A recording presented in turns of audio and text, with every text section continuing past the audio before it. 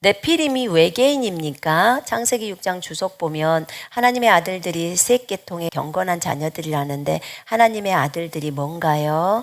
하나님의 아들들이라는 존재가 하늘에 있었어요. 욥기에 보면 하늘에서 회의가 열리는데 하나님의 아들들이 있고요. 그 다음에 사탄도 오고요. 또 하나님께서도 계시고요. 또 천사들도 있고요. 하나님의 아들들은 하나님의 아들들이고요. 그들을 셋의 계통이라고 말하지 않아요. 성경은 분명하게 하나님의 아들들이라고 말하는데 셋의 계통이라는 것은 셋은 아담의 후손이기 때문에 아담은 사람이잖아요. 그렇죠? 사람이기 때문에 어떻게 아담이 키가 5m였나요? 아니잖아요.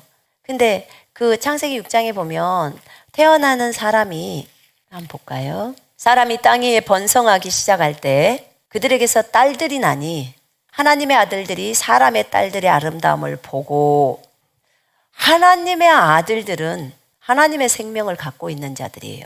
사람의 딸들은 사람의 생명을 갖고 있는 자들이에요.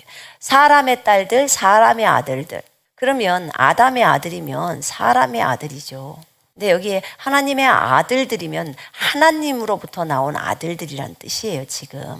하나님의 생명을 가진 존재들, 그 하늘에서 내려온 존재들이 이 땅에 내려와서 사람의 딸들을 보는데 너무 예쁜. 하늘에는 다 남자들로 구성되어 있거든요. 그래서 모든 여자를 아내로 삼는 거예요. 그리고 하나님께서 하나님의 아들들이 사람의 딸들하고 결혼을 하니까 그들의 생명을 120년이 되게 해요.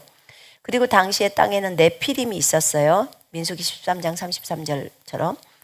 그 후에 하나님의 아들들이 사람의 딸들에게로 들어와 자식을 낳았으니 분명히 하나님의 아들들하고 사람의 딸들이 달라요. 천사도 아닙니다.